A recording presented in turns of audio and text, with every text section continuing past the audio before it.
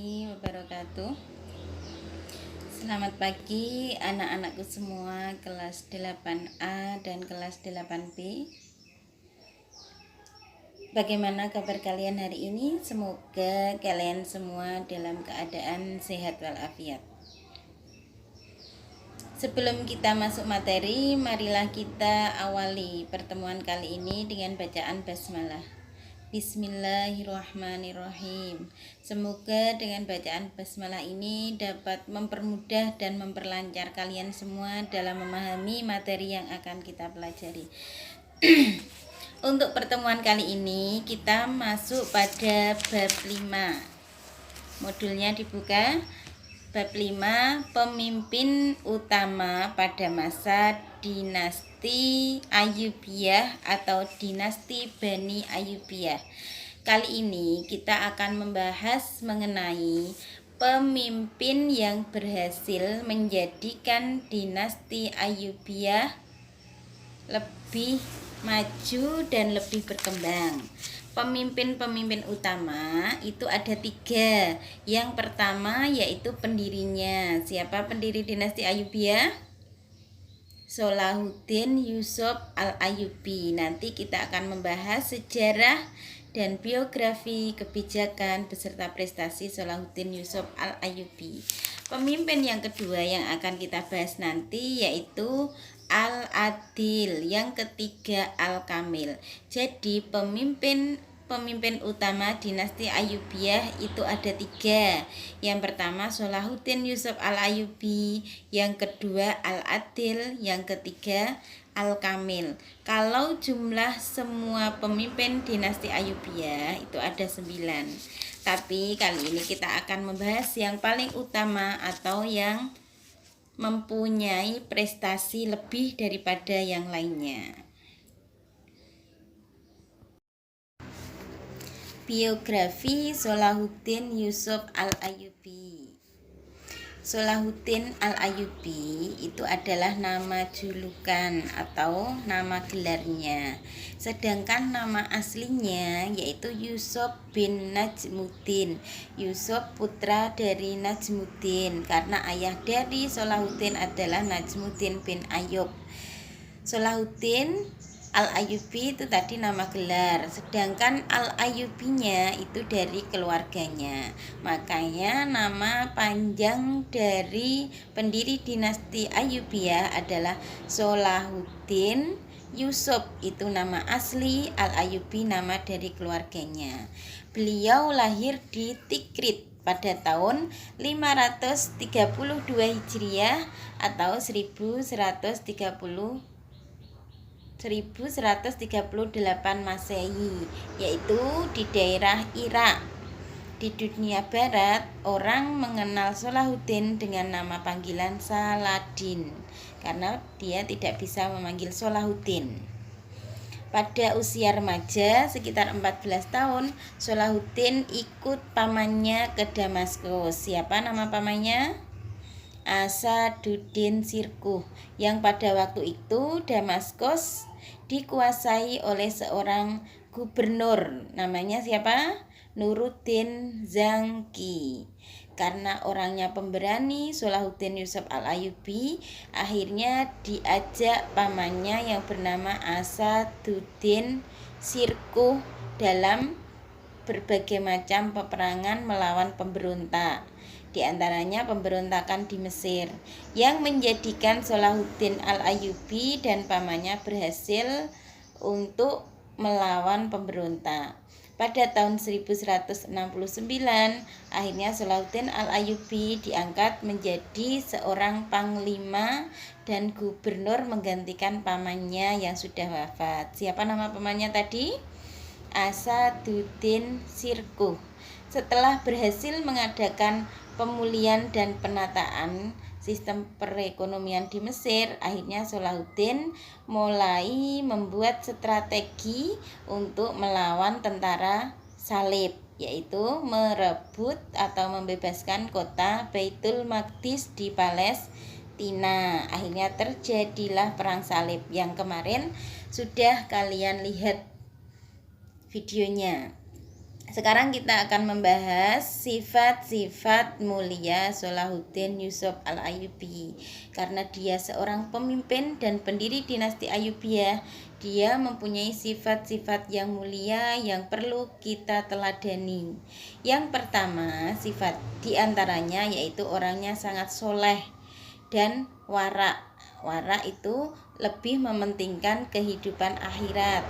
Pernah seorang lelaki mengadukan masalah di daerahnya. Akhirnya Salahuddin langsung memanggil seorang laki-laki itu untuk dimintai keterangan, karena dia pengen mendapat sesuatu keterangan yang lebih jelas dari orang yang mengajukan masalah pribadinya. Selain itu, dia mempunyai sifat sangat lemah lembut. Meskipun kepada seorang pelayan atau siapapun, dia tidak membedakannya. Terus lagi, dia mempunyai sifat yang mulia.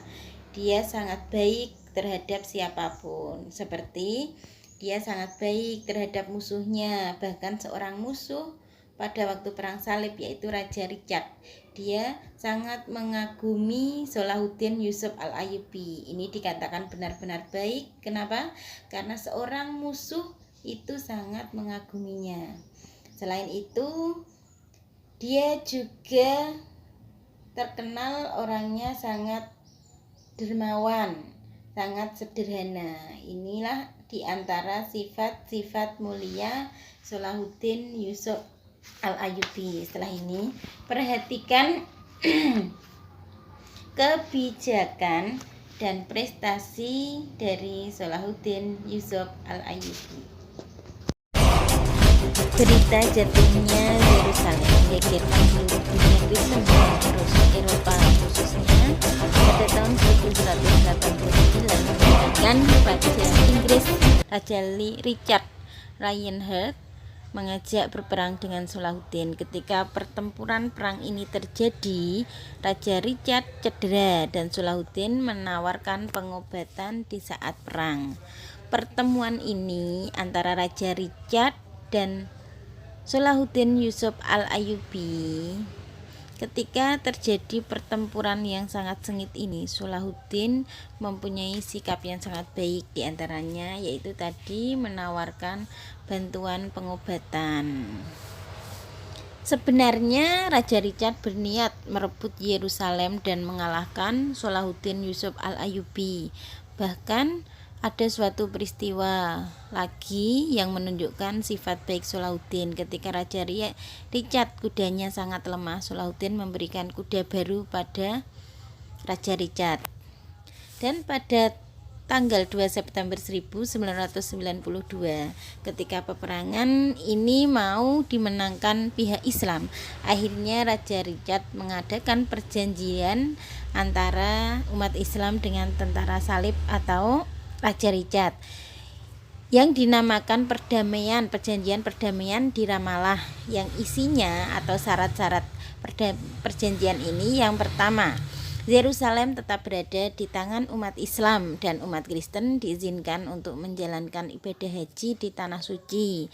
Yang kedua, orang-orang salib akan mempertahankan Syria sampai ke Java. Yang ketiga, umat Islam akan mengembalikan relik Kristen kepada umat Kristen. Inilah perjanjian perdamaian antara Raja Richard dengan Salahuddin Yusuf Al-Ayyubi. Dengan berakhirnya kesepakatan ini, Raja Richard akhirnya menarik mundur tentara salib Inggris untuk pergi meninggalkan Yerusalem. Dan akhirnya peperangan ini yang terjadi berakhir dengan perdamaian dan Salahuddin mendapat gelar Saladin dari orang Kristen atau tentara salib. Pada masa Salahuddin Yusuf Al-Ayyubi itu banyak dikembangkan di bidang perdagangan industri. Di bidang perdagangan, agrikultur, dan industri ini menimbulkan perdagangan internasional melalui jalur laut, dan saat itu di dunia sudah menggunakan sistem kredit, bank, dan lain-lain. Sehingga pada waktu itu Sholahuddin Yusuf Al-Ayyubi menggunakan mata uang yang terbuat dari emas ataupun perak. Ini adalah contoh gambar mata uang yang terbuat dari berbagai macam emas dan perak pada masa dinasti Ayyubiyah atau Sholahuddin Yusuf Al-Ayyubi. Di bidang industri, Sholahuddin memperhatikan perkembangan diantaranya industri senjata, tekstil, dan kain tenun. Ini contoh gambar kain tenun pada masa dinasti Ayyubiyah. Ada juga baju sutra yang disulam yang digunakan oleh seorang penguasa pada masa dinasti Ayyubiyah atau seorang raja. Contoh baju sutra yang disulam atau yang digunakan penguasa, ini adalah contohnya. Ada juga industri yang lain yang dibuat, yaitu industri kaca, pembuatan pelanak kuda. Pelanak kuda itu di atas kuda yang digunakan duduk. Ini contoh gambar dari industri pelanak kuda. Ini pelanak kudanya. Terus selanjutnya industri yang dibuat yaitu industri pembuatan barang tembikar dan kapal. Sholahuddin Yusuf Al-Ayyubi tidak membuat suatu kekuasaan yang terpusat di satu kota yaitu Mesir, tapi kekuasaannya dibagi beberapa wilayah yang diberikan kepada saudara-saudaranya. Akhirnya mengakibatkan munculnya beberapa cabang dinasti Ayyubiyah. Itu ada 10, dilihat di punya halaman 66. Demikianlah untuk pertemuan kali ini. Untuk tugas kalian, tuliskan sejarah singkat yang kalian ketahui mengenai Sholahuddin Yusuf Al-Ayyubi dari video pembelajaran yang sudah kalian lihat tadi. Tuliskan sejarah singkat menurut pemahaman kalian sendiri ya. Mari kita tutup pertemuan kali ini dengan bacaan hamdalah. Alhamdulillahirabbil alamin. Wassalamualaikum warahmatullahi wabarakatuh.